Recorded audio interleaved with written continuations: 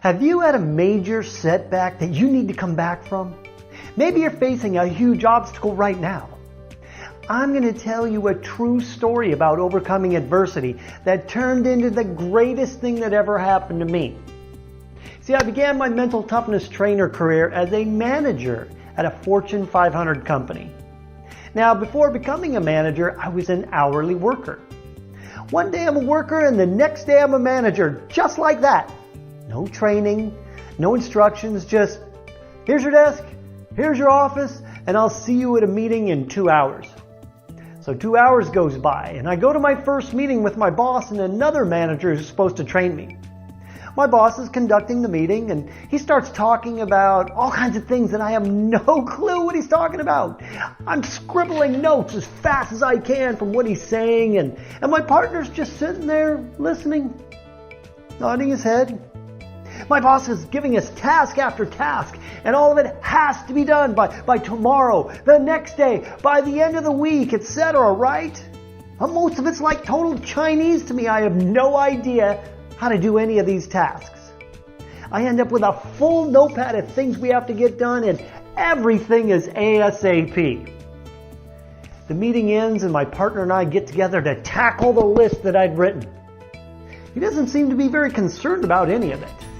I'm almost in a panic mode, thinking my job depends on getting all of this done. So how are we going to do this? I ask him. He says something like, we don't have to worry about that one. Well, how about this next task where we have to do blah, blah, blah, blah, blah by the end of the week?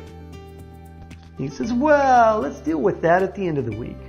And it goes on like this until he says, I got to go do something right now. We'll deal with this later. As it turned out, a year later, he was let go. Now, my boss had told me that his door is always open, and so I knock on his office door, and I sit down across the desk while he has his back to me working on his computer. Now, I ask a few questions about the tasks, and he gives me short, incomplete answers, and then finally turns to me and says, I'm really busy. Figure it out. My jaw dropped just like that as I walk out of the door to my office. I start doing what I call dialing for answers, asking anyone in the company if they know how to deal with these tasks that I was facing. And I don't quit. I keep at it. I get answers slowly but surely, one by one, I knock out all the tasks. Months later, I end up leading my group to their very first ever Best Performance Award for the entire district. And my boss compliments me, telling me I'm going to be doing his job someday very soon.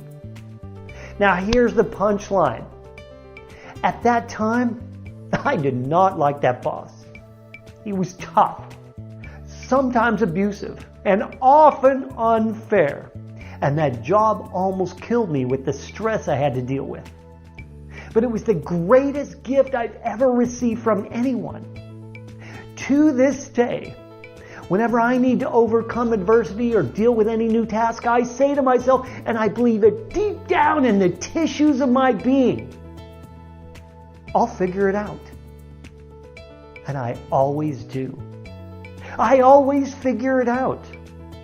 That job, that boss, the deadlines, it all taught me that I can always figure anything I need out. Find your power belief from your comeback story. It's right there. Use it.